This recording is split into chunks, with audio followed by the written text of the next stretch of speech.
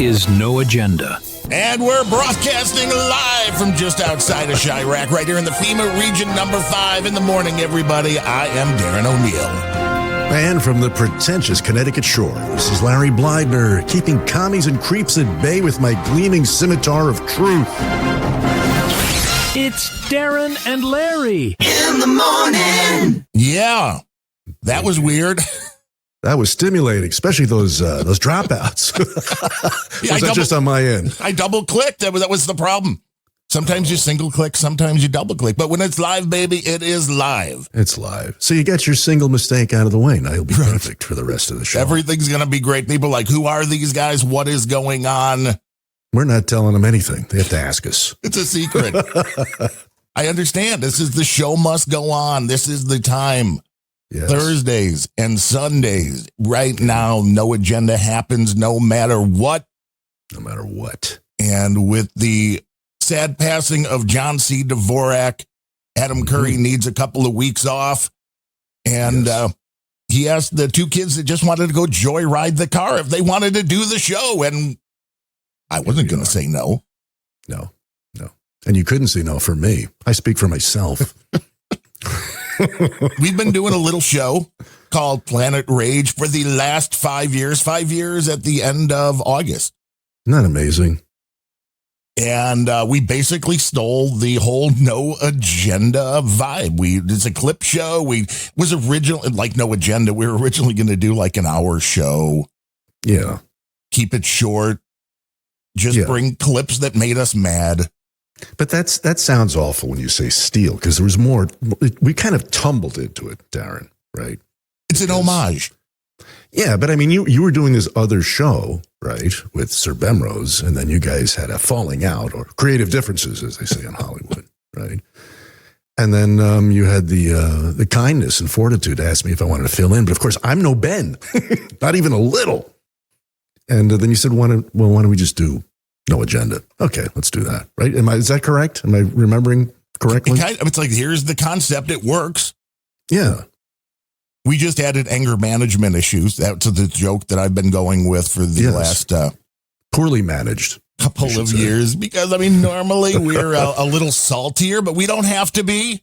No, we know this is more of a family audience, so we'll keep it kind of in check. We'll try to warn you if there are any F-bombs coming up. And there's been some from politicians this week, which was kind of fun. Yes, there have. Isn't that fabulous? Yeah. But the world works in very strange ways. And the way Larry and I got together is no different. Oh, it's bizarre. Kick it off. Well, Larry needed help with some audio gear, and I just happened to do a video review of it on Amazon and YouTube. I think you saw it on Amazon. I saw it on Amazon. It was about a preamp that I needed. And then there was this guy, the PBX, and it's $200, but $200 is $200. And so there was this guy saying, if you want to know more about this, just email me or however. How did that work? Was it through Amazon? I don't even remember. I don't know, but because I had the reviews email address set up at the time, because that's when Amazon was letting you get free stuff to do reviews and all that. Mm-hmm. Yeah. And Larry asked the question, and rather than being a miscreant, I was like, no, I can answer.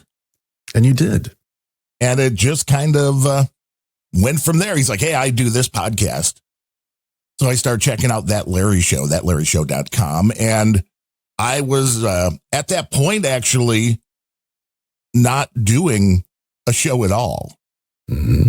And there was a buddy of mine that wanted to do a show. We had done a few episodes, but then that kind of went by the wayside. I had the retina blowout, 5 retinal surgeries, lost most of the vision in my right eye. So if I'm slow at reading the notes, the left eye isn't great either, floaters and that kind of stuff. And I could hear in my ear the producer in the sky, John C. Dvorak, going, yeah, use the eye thing. It's good for donations. Come on. Yeah.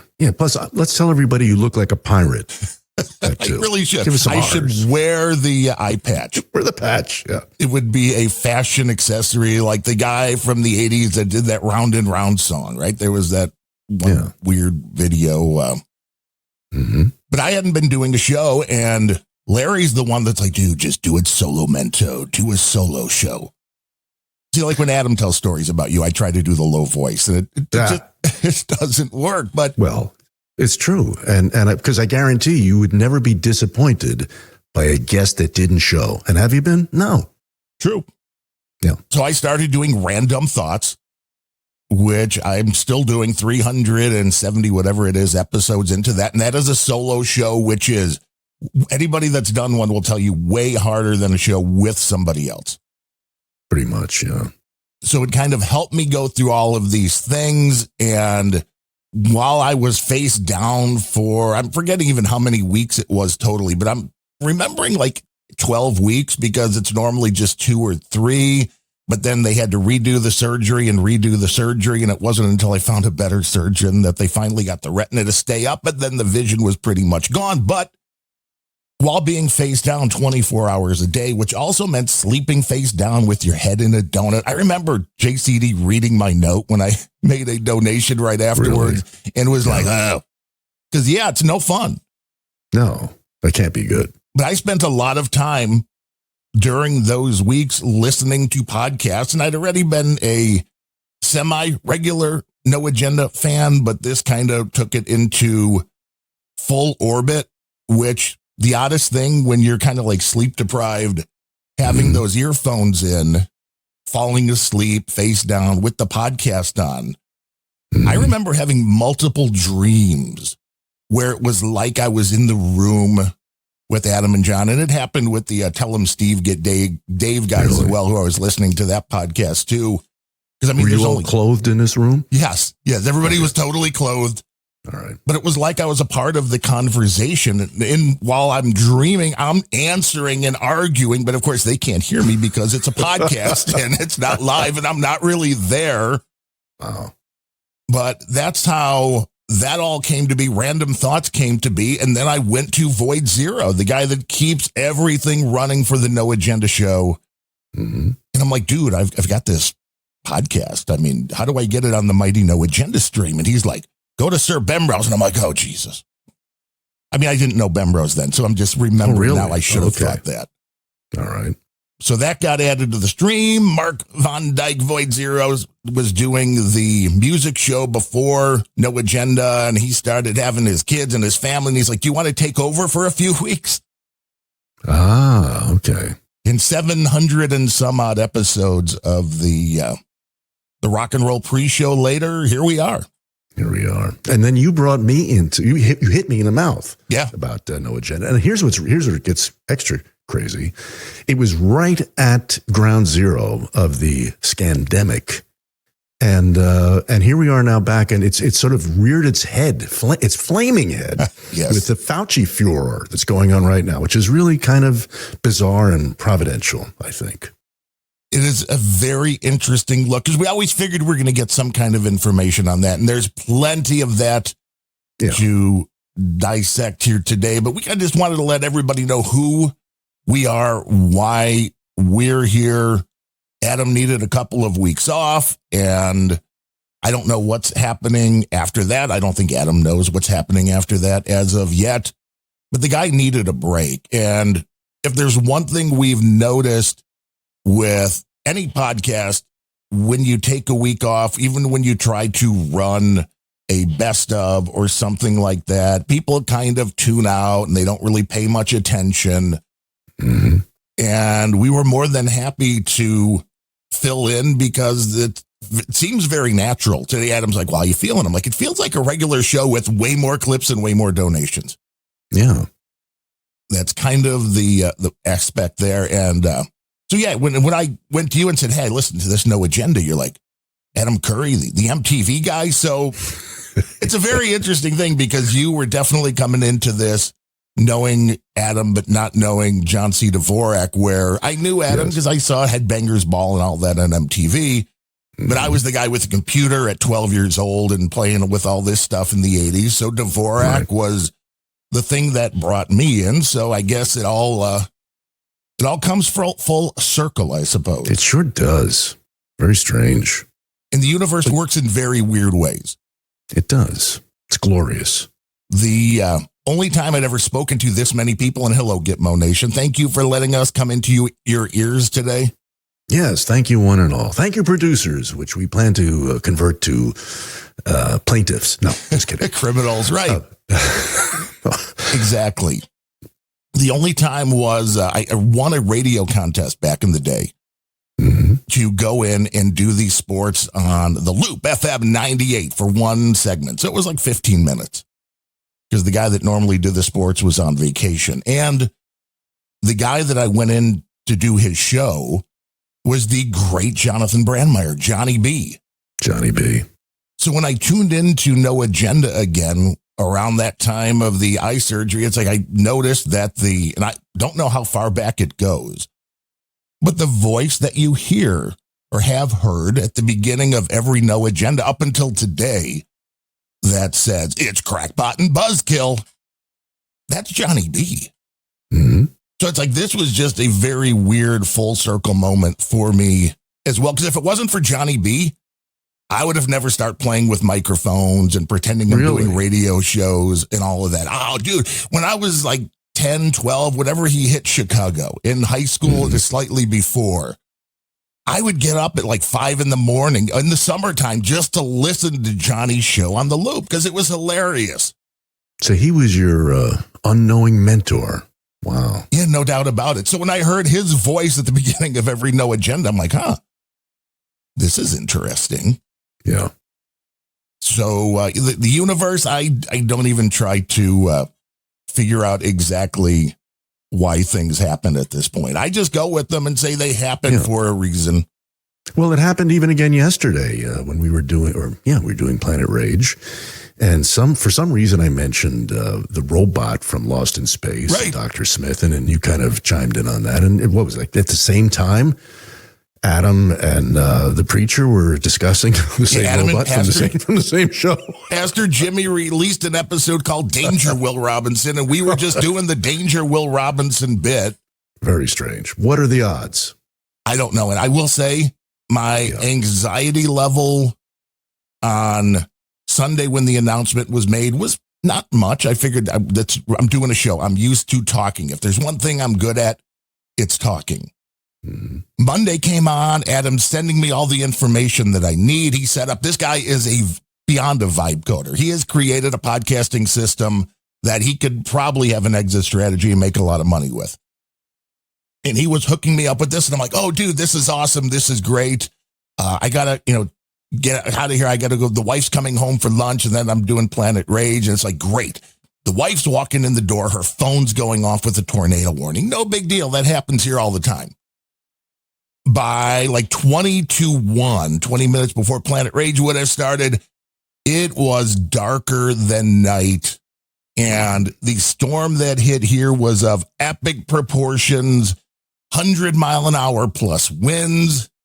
The power went out, which the anxiety level went like way higher because the last time the power went out at my parents' house, it was out for 4 days. And I'm like, I don't have 4 days. And it took like 29, 30 hours. I think the power was out. So, okay, that came back on. But then we missed a couple of Planet Rages. And I said to Larry, I'm like, you don't think Dvorak would send like tornadoes and stuff to try to keep me from doing the show? Would you? And Larry's like, yeah, absolutely. I do. I think he probably would. Yeah. Oh, yeah. It's all because I trolled him with music and Brenda Christensen, I think her name was. If I'm messing that up, I apologize. Did a really nice obituary for the late, great John C. Dvorak, where she mentioned that he hated ABBA with a passion. So the fact that I played Dancing Queen for him one day, I knew I hit. Oh. But she also said he had a mad crush on Britney Spears. And I'm like, I could have used this information. JCD gave me so much crap for being a Taylor Swift fan. He had a mad crush on Britney Spears. Well, like that is, I could have used that information. That is good trolling information right there. Yeah. But now we know he got the last laugh. That was his plan all along. No doubt about it. Who knows what'll fly out of the sky and bonk you in the back of the head, Darren. I looked for any tornadoes. There was one that they posted the path of the tornado that hit just to the east of here. And I was watching Max Velocity. So Mimi, I love Max Velocity. When the power was going out and the weather's bad, I'm tuning into Max Velocity because the people local, they're garbage. So I'm watching Max Velocity, and they've got the storm chasers that are in the town like 2 miles away from here. Mm-hmm. And a professional storm chaser driving through this is what they do every day, is yelling, "Holy shit!"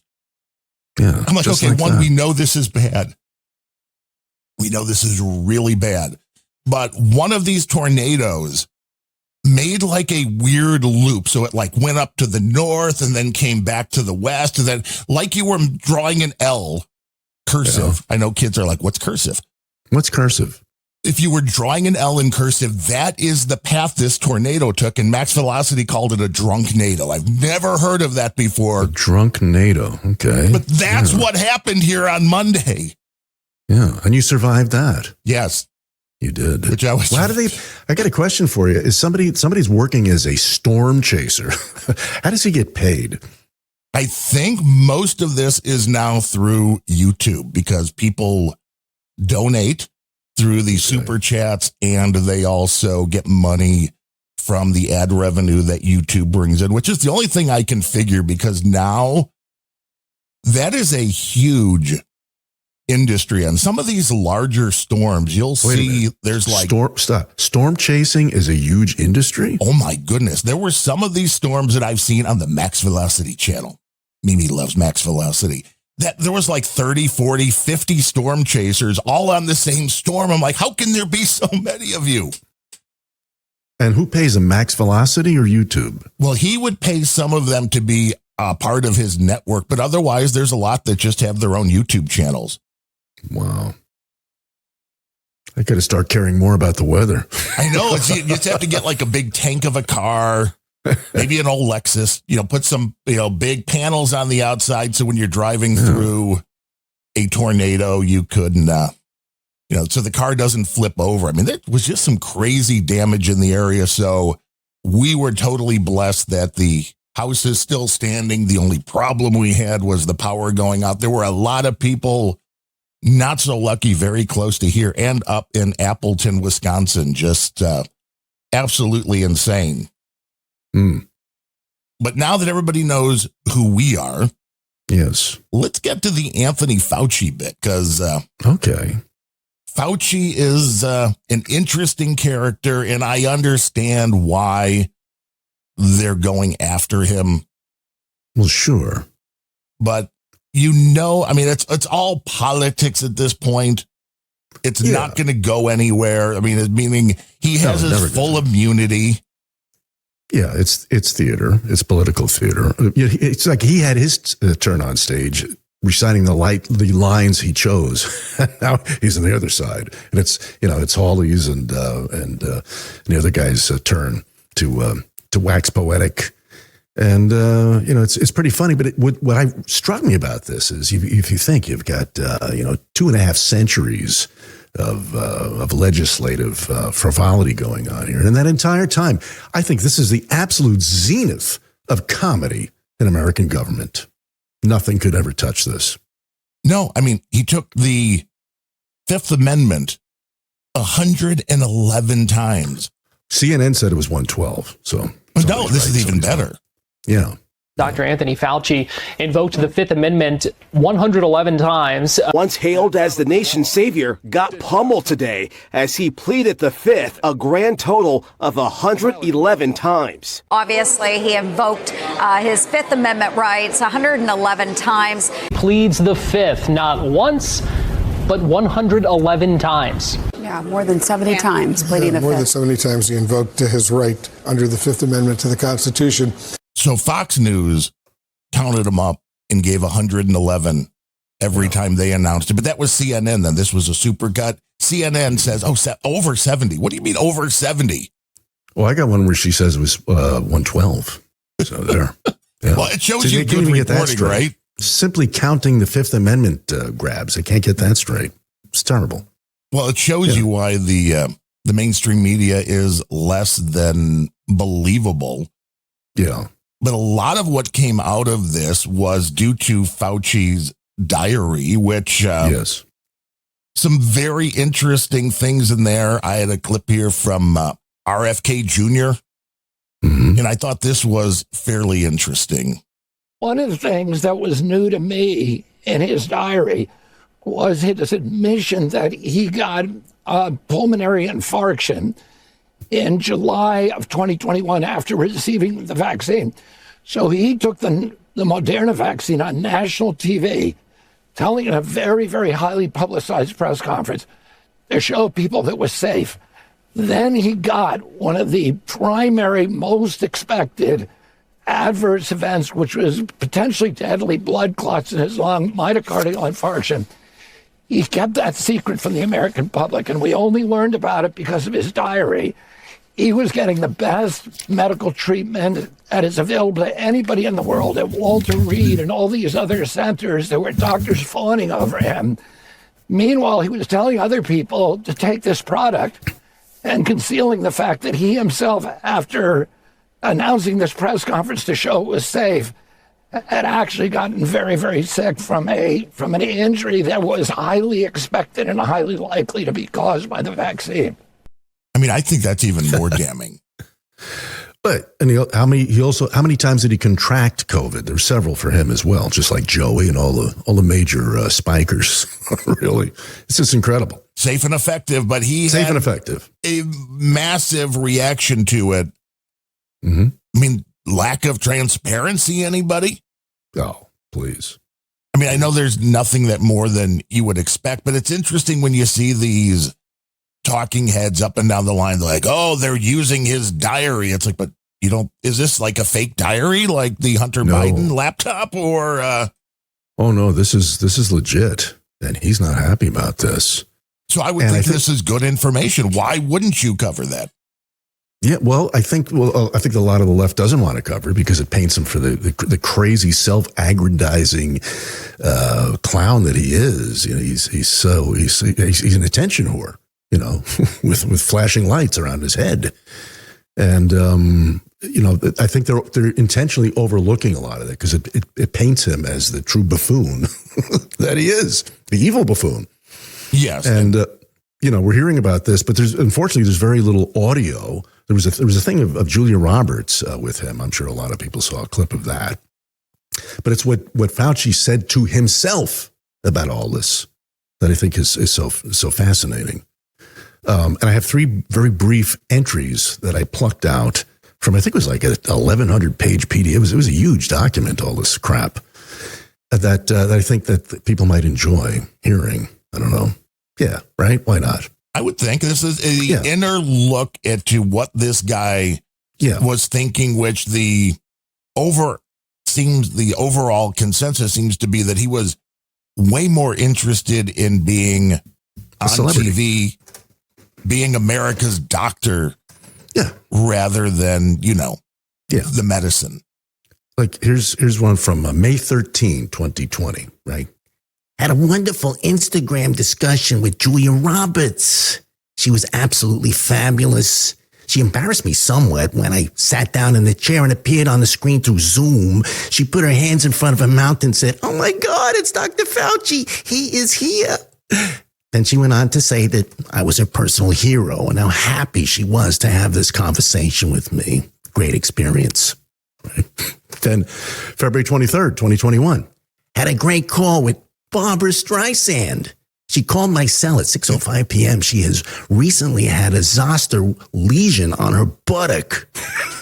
This is in his diary. This is in his diary. Imagine, there's Babs, right, who's been her entire career. She's insisted people only shoot one side of her face with photographs, and now Fauci's ratted her out that she's got a lesion on her ass.